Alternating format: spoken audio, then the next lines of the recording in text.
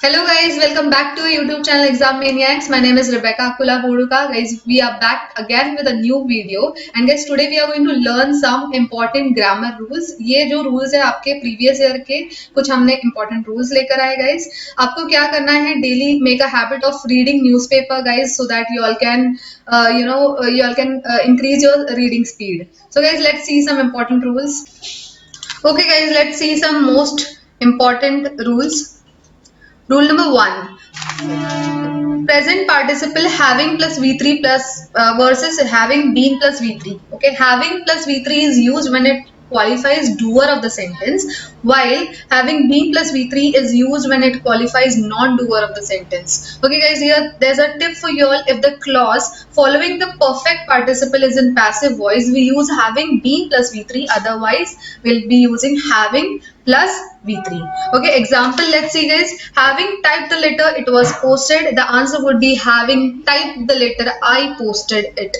Or you can say having been typed the letter, it was posted. Okay, it was posted is in passive form, so we will use having been plus V3. I posted it is in active form, so we will use having plus V3.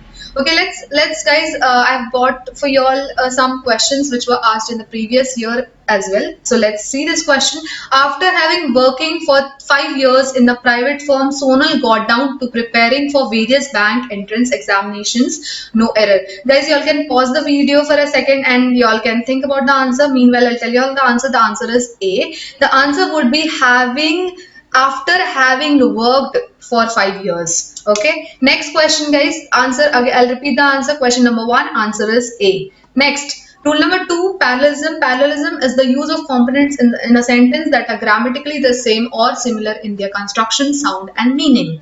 Okay, let's see the question guys. While you played the video game, your wife were washing the clothes.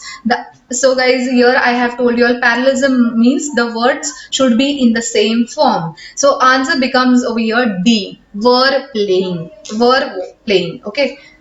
Next, rule number 3, zero conditional sentences express general truths or situation in which one thing always causes another. When we use a zero conditional sentence, we are talking about a general truth rather than a specific instance of something. In such case, we prefer to use simple present tense in both the clauses. If the alarm goes off, the firecracker factory will be engulfed in fire. The answer over here is C, guys. Okay, why C? The answer is engulfed in. So the correct answer would be if the alarm goes off, the firecracker factory is engulfed in fire. Okay, here both the clauses is in simple present tense. Okay, next question guys, question number 4, first conditional sentences. First conditional sentence, we can further we'll see second and third as well. First conditional sentences starting with if clause is used to express situations in which the outcome is likely but not guaranteed to happen in the future. We use simple present tense in if clause and simple future tense in the main clause. Let's see the example guys. Question, if I win the lottery, I would buy a new car. The answer over here would be if I win the lottery, I will buy a new car. Okay, answer is B. Next question, next rule is 5. Fifth rule, this is the type 2 conditional sentence which refers to a hypothetical situation and its probable result. In such case, we use would plus infinitive in the main clause and the past tense in the subordinate clause. Okay, hypothetical part. Let's see the question. Unless the managers increased sales and revenues, we will have to shut down the office. The answer over here is guys, it would be C.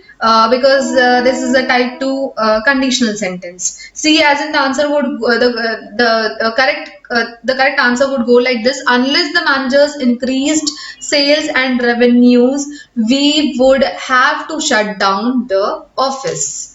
Next rule is rule number 3 guys. This is the third conditional sentence. Third conditional sentence are used to explain that present circumstances would be different if something different had happened in the past. We use had plus past participle in if clause and would plus have plus V3 in the main clause. Let's see the question, guys, which was asked in your SBI PO 2018. If we had known you were sick, we will visit you in the hospital. The correct part of the sentence is, guys, C, would have visited. If we had known you were sick, we would have visited you in the hospital. Next, rule number 7. For a hypothesis about present or future, we use would in the main clause and the past tense in a subordinate clause. Question, I would always help someone if they really need it. The answer is C, needed. I would always help someone if they needed it. Next. Rule number 8, when we use the verb wish or the phrase if only to talk about the things which we want but which are not to be possible, we use past tense forms. Let's see an example. I wish I can see you the next day. No, it's not correct. The answer would be I wish I could see you the next day. Question, they wish the teacher has not given them the homework. The answer would be had not. They wished their teacher had not given the homework. The answer is C. Next, ninth, we use past perfect continuous tense to describe an action that was in progress in past before another past action or event occurred.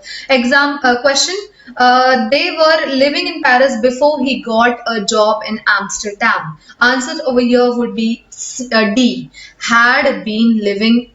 Okay, had been living in Paris. So the correct sentence would be they had been living in Paris before he got a job in Amsterdam.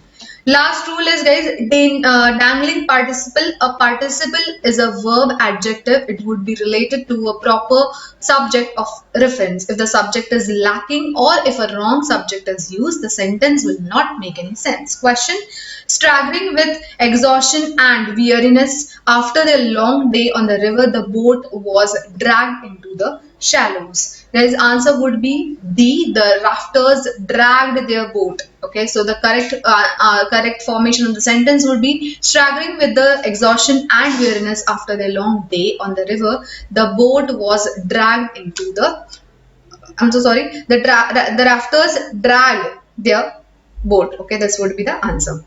That is D. Okay, so guys, we are done with the 10 rules. So guys, I hope you all have understood all the 10 rules, guys. Please make sure, guys, you all have a habit of reading daily newspaper. This is the second time I'm telling you all. And guys, do make sure that you all practice more and more such questions. Guys, please do remember to like, share and subscribe our YouTube channel. And guys, please remember to press the bell icon so that you all can receive more such interesting videos. Thank you so much, everyone. Bye bye. Take care.